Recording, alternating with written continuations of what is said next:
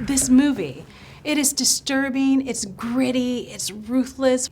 Was that what drew you into this film? Yeah, part of the reason that why I wanted to do the movie was all the people who were involved, because it's a huge cast, it's a lot of great actors, and I thought, well, damn, I want to work with those guys. This was a different kind of movie. It sort of reminded me of Heat or The French Connection. It goes all the way back. There's a long tradition of just awesome cops and robbers movies, and when they're done well, they're really fun. It's a satisfying experience. I think that's what I want when I go to the theater now. There's so much to see at home. It's like if you're gonna get up and go to the movie theaters, I want to see something that it's like I really have had a good time. That's a great point, because there is so much at our hands and at the tips of our fingertips. Yeah, speaking of this cast, I would think because the movie is so intense, I was wondering what it was like behind the scenes, because I was meeting up with your boys, Anthony and Chiwetel. They were kind of like triple Xing in there instead of triple nine. Yes, and Norman and Aaron are like petting puppies. So it seems serious. So it seems like it was like a fun cast to hang out with. Those guys are fools.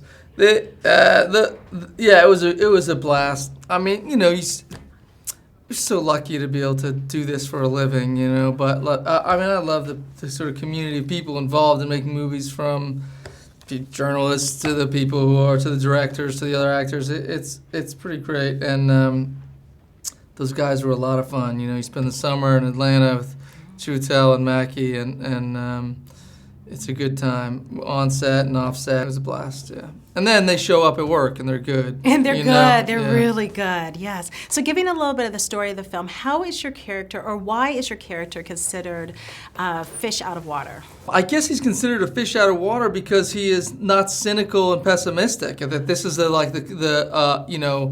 the police department and the whole the sort of culture of good guys and bad guys sort of all coming out of being in the same world. The lines have gotten crossed, boundaries have become pretty vague, and it's a very murky world, moral world.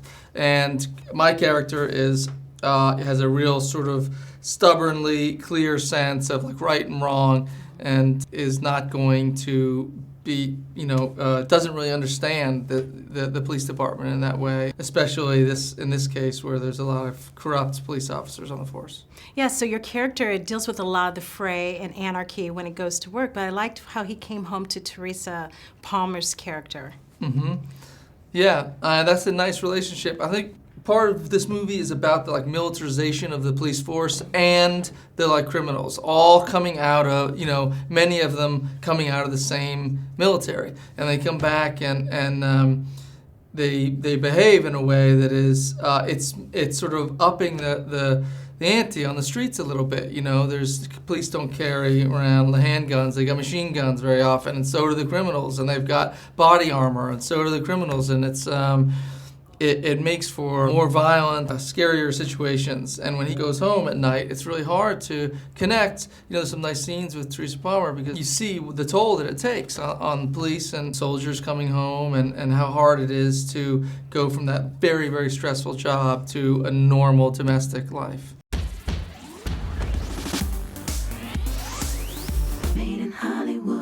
Thanks for watching this interview. As always, don't forget to subscribe and let us know what you think in the comment section below. For the next Made in Hollywood interview, click right here. Do it. Click it.